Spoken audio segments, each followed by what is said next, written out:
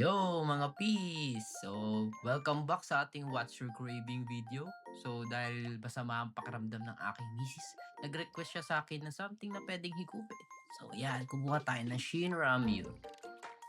Ano natin gagawin yan? Prepare tayo ng mga ingredients. Ano natin yung bawang, tatarin na maigi. Then, yan, cook na rin natin yung mga pan-toppings mamaya.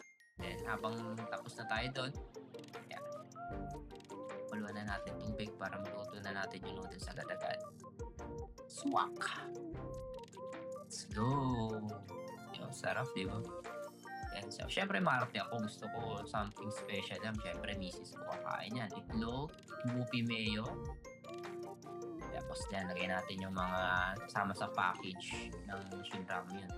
Syempre yan, yung seasoning. Sarap. Kaanghang yan. Yan, lagyan na rin natin paminta, pandagdag kick pa rin. Yun yan, sama na natin yung bawang na tinadtad natin kanina para mimekos na natin yan maya-maya. Yan, dahil ito na yung noodles, yan, punta na tayo ulit sa kanyang sauce and soup na gagawin natin. Yan, lagyan lang natin ng unting tubig galing dun sa pinagpakuluan, then mix lang natin na maigi. Ayan, combine na natin. Yan, lagyan mo lang yung noodles. Ay mo pa uli, isa pa. Iyo. Dali. Let's go. Yan. Lagyan natin egg, the meat, protein mo, the mushroom. Yung kimchi, syempre. Dahil wala akong greens, kimchi na lang nilagay ko. Dahil wala nang naman yung rep eh. So, konting ano lang ng sesame.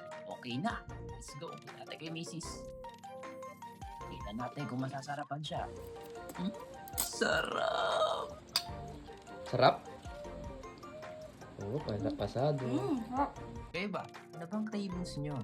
Lutuin na natin yan. Pero syempre, laging tandaan, eat moderately. Follow nyo naman ako.